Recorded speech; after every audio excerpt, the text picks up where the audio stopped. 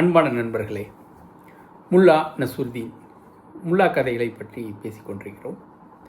முல்லா ஒரு சூஃபியா என்று பல நண்பர்கள் கேட்கிறார்கள். ஆம், முல்லா நிச்சயமாக ஒரு சூஃபி தான்.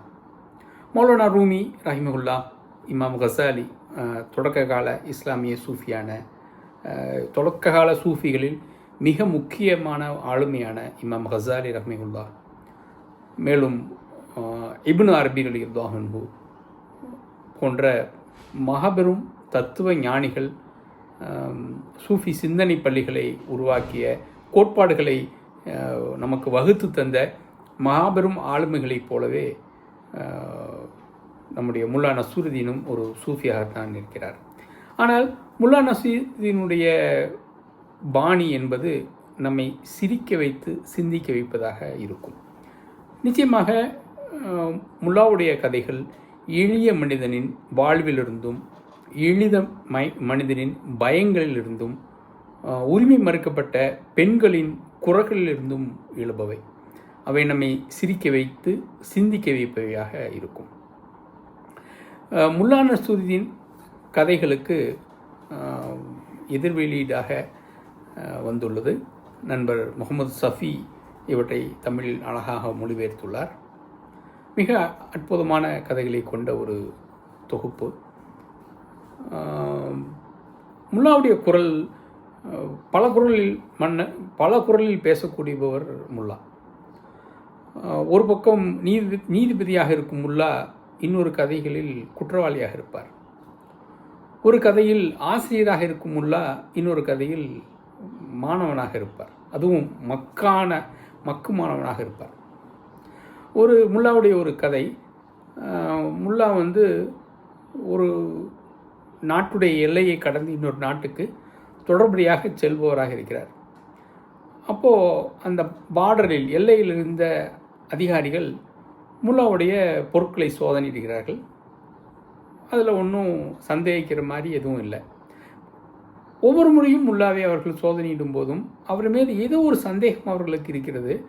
ஆனால் அவருடைய பொருட்களிலோ அவருடைய மூட்டைகளிலோ தவறான எந்த பொருளும் இல்லை. கடைசியாக அந்த அதிகாரி அரசு துறையிலிருந்து விடுபடும் போது, அதாவது ரிட்டைர்மெண்ட் ஆகும்போது முல்லாவிடம் கேட்கிறார், நீங்கள் ஏதோ தவறு செய்கிறீர்கள்னு எனக்கு தெரியுது, ஆனால் என்ன தவறு செய்கிறீங்கன்னு புரியல.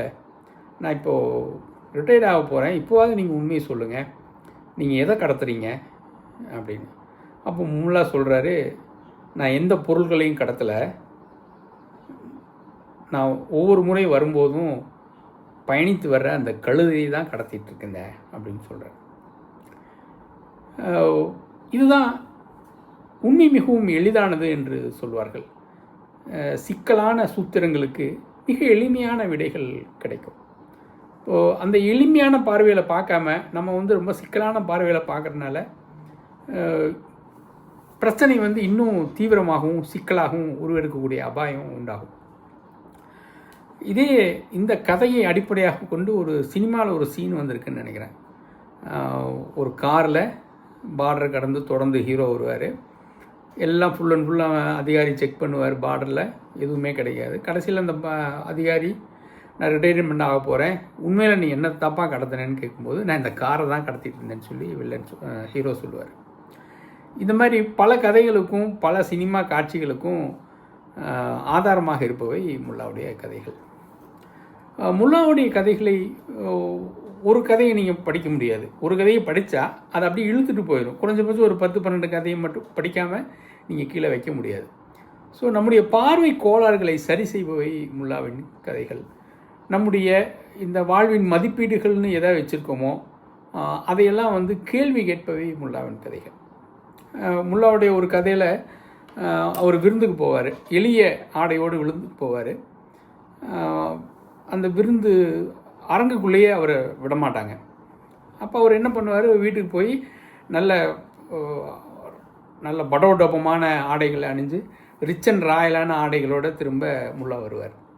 முல்லா வந்தோன்னா அவரை கிராண்டாக வரவேற்று கொண்டு போய் முதல் வரிசையில் உட்கார வச்சு அறுசுவை உணவுகளை அவருக்கு கொடுப்பாங்க.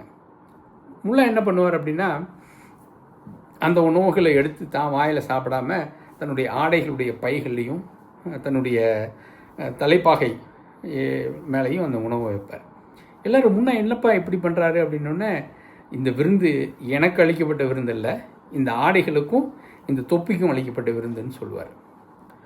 நம்ம பல பேரும் பல விருந்துகளில் நியாயமாக விருந்து கொடுக்க வேண்டியது நம்முடைய காருக்கும் நம்முடைய ஃபோனுக்கும் நம்முடைய ஆடைகளுக்குமாக தான் இருக்கும். இது போன்ற எளிய மனிதர்களின் மதிப்பீடுகளை உடைத்து துவம்சம் செய்பவை முல்லாவுடைய கதைகள். இன்னும் சில கதைகள் நம்மை மிக ஆழமாக சிந்திக்க தூண்டுபவையாகவும் இருக்கும். எளிய மனிதனின் வாழ்விலிருந்து உருவாகவே முல்லாவின் கதைகள். நன்றி நண்பர்களே, மீண்டும் பேசுவோம். முல்லாவுடைய கதைகளை நண்பர் சஃபி அழகாக மொழிபெயர்த்து எதிர் வெளியீடாக இந்த நூல் வந்துள்ளது. இவற்றை நீங்கள் வாசிக்க வேண்டும். இது நிச்சயமாக உங்கள் வாசிப்பு அனுபவத்திற்கு மிக பெரும் தீனியாக இருக்கும். நன்றி.